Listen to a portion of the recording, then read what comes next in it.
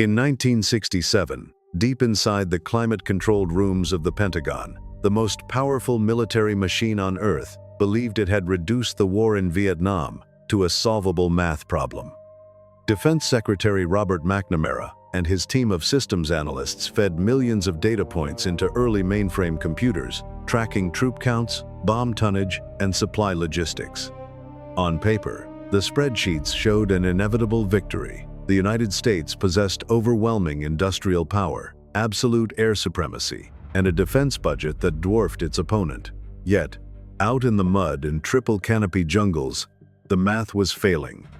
How does a global superpower, armed with unmatched technology and perfect data, fail to secure its objectives against a developing nation? To understand why the computers got it so wrong, we have to look beyond the spreadsheets and examine what the machines could never measure: the crushing weight of history. For Washington, the war in Vietnam began in earnest in the mid-1960s, but for the people living there, 1965 was not the beginning of a new conflict. It was simply the next chapter of a very long one. They had already spent nearly a century under French colonial rule, followed by a brutal Japanese occupation during World War II, and another 9 years of bloody warfare to finally expel the French Empire. When the French were defeated in 1954, the Geneva Accords temporarily divided the nation at the 17th parallel. The North became the Democratic Republic of Vietnam under the revolutionary leadership of Ho Chi Minh and military strategist Vo Nguyen Giap. The South became a Western-backed state. The division was supposed to be temporary, a brief pause before nationwide elections to reunify the country. But those elections never took place.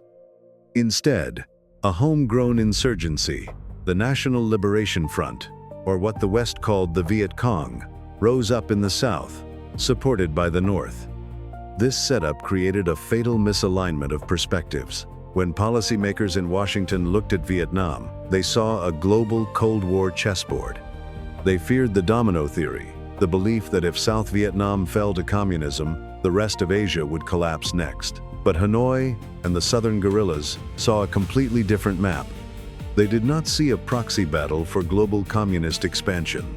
They saw a fight for national survival and sovereignty against yet another foreign intervention. This fundamental misunderstanding meant that the United States was preparing to fight a conventional war of attrition, while their opponents were playing an entirely different game. In March 1965, the first American combat troops splashed ashore at Da Nang. They were met not by gunfire, but by local women handing out flower garlands. To General William Westmoreland, the commander of U.S. forces in Vietnam, the task ahead seemed straightforward. He possessed the most technologically advanced military on Earth. His strategy was search and destroy. The plan was to use helicopters to insert highly mobile troops deep into the jungle, find the enemy, and destroy them with overwhelming artillery and air support. Westmoreland believed that if his forces could inflict casualties faster than the enemy could replace them, Hanoi would eventually be forced to negotiate. The first true test of this strategy came in November 1965 in the remote Ia Drang Valley of the Central Highlands. For several days, elite U.S. air cavalry troopers clashed with regular North Vietnamese soldiers in a savage, close-quarters battle. When the smoke cleared, both sides walked away believing they had won, but they drew entirely different lessons from the encounter. For the United States, the high enemy body count seemed to validate their strategy. Westmoreland became convinced that air mobility and massive firepower could win any set-piece battle. But North Vietnamese commanders, led by strategists like General Nguyen Chi Thanh, studied the battle closely and realized they could not win a conventional, head-on fight against American technology.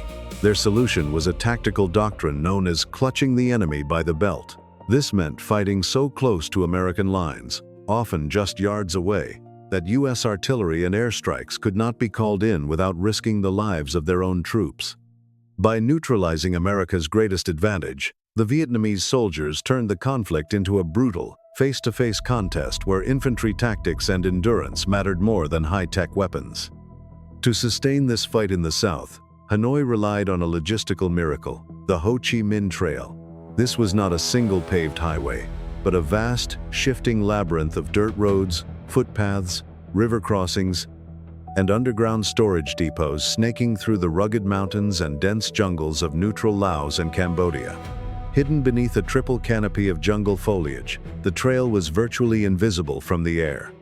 The United States responded with the most intense bombing campaign in history, including Operation Rolling Thunder. Over the course of several years, U.S. aircraft dropped more than 800,000 tons of bombs on North Vietnam and the supply lines. Yet, the harder the United States struck, the more the logistics network adapted. Hundreds of thousands of Vietnamese volunteers, many of them young women, lived along the trail, working constantly to repair cratered roads, build underwater bridges out of bamboo that could not be seen from the air, and guide supply convoys southward. If one path was destroyed, 3 new ones were cut through the jungle. Traditional military blockades were useless because the trail ran through sovereign, technically neutral countries, leaving the U.S. military with no easy way to physically block the flow of supplies without risking a dangerous expansion of the global Cold War.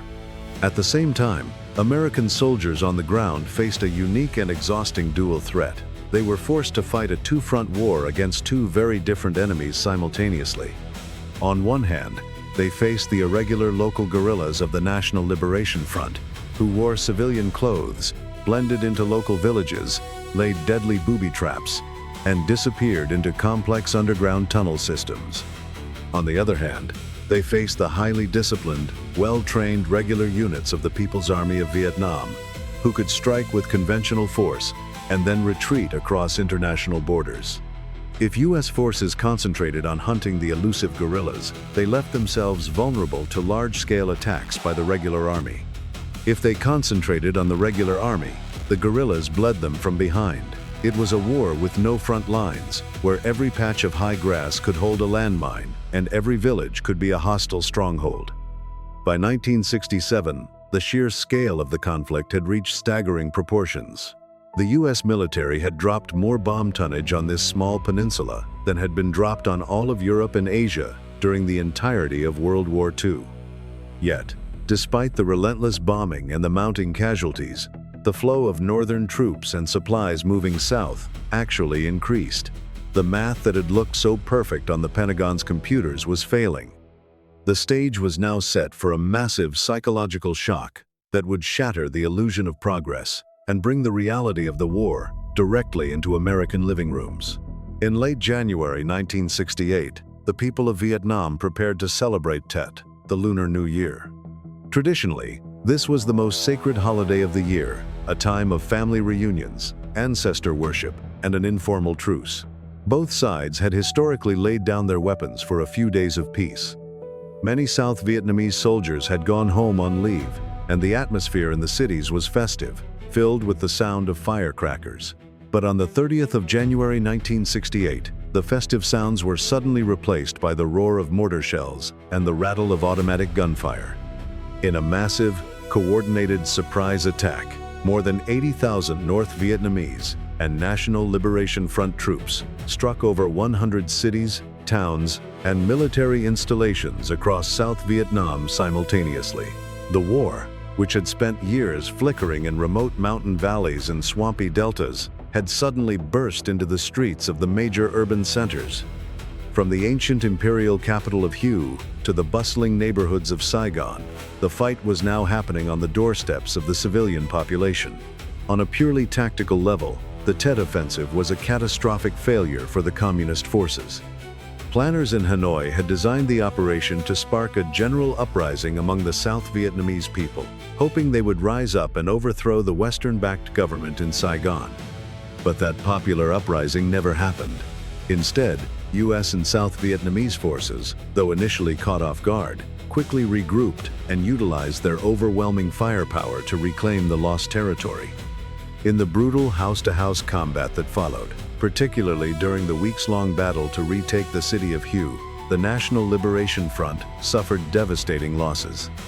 Historians generally agree that the Southern guerrilla forces were so severely depleted during Tet that they never fully recovered their pre-1968 strength, forcing North Vietnam to rely far more heavily on its regular army for the remainder of the war. By any traditional military math, the United States and its allies had won a decisive victory. They had held the cities, inflicted massive casualties, and maintained control of the country. But this was not a traditional war. The true climax of the Tet Offensive did not take place on a muddy battlefield, but on television screens thousands of miles away. Nowhere was this more apparent than at the United States Embassy in Saigon, the very symbol of American power and security in South Vietnam. In the early morning hours of January 31, a 19-man team of National Liberation Front sappers blew a hole in the embassy's heavy concrete outer wall and fought their way onto the grounds. Though the attackers were eventually killed or captured before they could breach the main chancery building, news cameras quickly arrived on the scene. The footage they captured was broadcast directly into American living rooms. Viewers saw chaotic scenes of U.S. military police crouching behind concrete planters, dead bodies lying on the manicured lawns, and smoke hanging in the humid air. For years, the American public had been told by their leaders that the enemy was fading, that the war was almost won, and that the computer models showed steady, inevitable progress. Now, Americans watched as the most secure American facility in Vietnam was breached on television. The illusion of control was instantly shattered. If the enemy was so weak, how could they launch a coordinated national offensive that reached the heart of Saigon? The psychological shockwave transformed the political landscape in Washington. In late February, Walter Cronkite, the highly respected anchor of CBS News, traveled to Vietnam to report on the aftermath of the offensive. Upon his return, he delivered a rare personal commentary during his evening broadcast. He told millions of viewers that it seemed more certain than ever that the bloody experience of Vietnam was to end in a stalemate. President Lyndon Johnson, recognizing the weight of Cronkite's words, reportedly remarked to his aides that if he had lost Cronkite, he had lost Middle America. Public support for the war plummeted. Gallup polls taken after the offensive showed a dramatic shift, with a majority of Americans now believing that the decision to send troops to Vietnam had been a mistake. The political pressure became unbearable. On the 31st of March, 1968, President Johnson addressed the nation in a televised speech. He announced a unilateral halt to the bombing over most of North Vietnam in an effort to begin peace negotiations. Then, in a dramatic conclusion that stunned the world, he announced that he would neither seek nor accept the nomination of his party for another term as president. The Tet Offensive proved that while the U.S. military could win almost any tactical engagement on the ground, it could not control the political narrative. The battlefield was no longer just the jungles of central Vietnam. It was now the evening news in Middle America, and the clock was ticking. With the clock ticking and the American public demanding an exit, the newly elected president, Richard Nixon, faced a daunting challenge. He needed to find a way to withdraw American troops without appearing to surrender. The solution was a policy known as Vietnamization. The plan was to gradually pull out American ground forces while shifting the burden of combat entirely to the Army of the Republic of Vietnam, or ARVN. To prepare them, Washington flooded South Vietnam with modern weaponry, vehicles, and aircraft, turning ARVN into one of the largest and best-equipped militaries in the world on paper. But as military historians have pointed out, this policy was fundamentally a strategy of withdrawal rather than victory. It was designed to buy time for the United States to exit the conflict with its international prestige intact, a concept Nixon called peace with honor. To buy more time and disrupt communist supply lines, Nixon made the highly controversial decision to expand the war. In 1970, U.S. and South Vietnamese forces crossed the border into Cambodia to destroy sanctuaries used by the National Liberation Front and the North Vietnamese Army. The next year, South Vietnamese forces launched an incursion into Laos. Instead of securing peace, these moves widened the conflict, destabilized the region, and sparked massive waves of protests across the United States. The political crisis at home deepened, placing tight political limits on what the American presidency could do militarily. The limits of Vietnamization became starkly clear in the spring of 1972. North Vietnam launched the Easter Offensive, a massive, conventional invasion using tanks and heavy artillery. While South Vietnamese forces eventually managed to halt the advance, they did so only with the help of a colossal campaign of American air support, known as Operation Linebacker. The battle demonstrated a troubling reality. Without a permanent shield of American bombers, the South Vietnamese state remained highly vulnerable to conventional military pressure. By 1973, the political pressure on Washington to end the war was overwhelming. On the 27th of January 1973, the United States, North Vietnam, South Vietnam, and the Provisional Revolutionary Government signed the Paris Peace Accords. The agreement called for the complete withdrawal of all remaining U.S. combat forces. However, in a major diplomatic concession, the accords allowed North Vietnamese troops to remain in the positions they already held inside South Vietnamese territory. To many contemporary observers, including South Vietnamese officials, this was a fatal compromise. The United States had secured its exit and the return of its prisoners of war, but South Vietnam was left to face a highly motivated, battle-hardened adversary alone. The final act unfolded with agonizing speed. Deprived of American combat support and facing severe cuts in U.S. financial and material aid, the South Vietnamese economy and military morale began to fracture. In early 1975, North Vietnam launched its final spring offensive, expecting a long, multi-year campaign. Even the planners in Hanoi were surprised by the rapid collapse of South Vietnamese defenses. One province after another fell with little resistance as retreat turned into panic. On the 30th of April, 1975, North Vietnamese tanks crashed through the gates of the presidential palace in Saigon. The long war was over. When the last U.S. helicopter lifted off from the embassy roof, it marked the end of an era, leaving historians to untangle the real reasons behind the outcome. In the decades since the fall of Saigon, a popular explanation has persisted in the West, that the military did not actually lose the war, but was instead held back by politicians who refused to let them fight to win. But military historians and strategic analysts point to a deeper, more uncomfortable truth. Military power is only as effective as the political goals it serves. The United States could win almost any tactical battle, but it could not manufacture a stable, self-sustaining government in Saigon. Following the 1963 coup against President Ngo Dinh Diem, South Vietnam cycled through a dizzying series of military regimes, none of which managed to build deep-rooted legitimacy among the rural population. Despite billions of dollars in economic aid and state-of-the-art military hardware, the Saigon government struggled to compete with the powerful nationalist appeal of Hanoi. The communist leadership successfully framed its struggle as the continuation of a centuries-old fight against foreign domination. This mismatch highlights what scholars call the asymmetry of commitment. For Washington, Vietnam was a limited, peripheral skirmish on a global Cold War chessboard. It was a war of choice. But for the Vietnamese, it was an existential struggle for the future of their homeland. They were willing to endure immense sacrifices, absorb staggering casualties, and fight for decades because they had nowhere else to go. Underpinning all of this was a fundamental failure of intelligence. American policymakers misjudged the very nature of the conflict. They viewed it through the rigid lens of global containment, assuming Hanoi was merely a proxy executing a Soviet or Chinese master plan. They failed to see that the conflict was, at its core, a deeply rooted civil war and an anti-colonial struggle.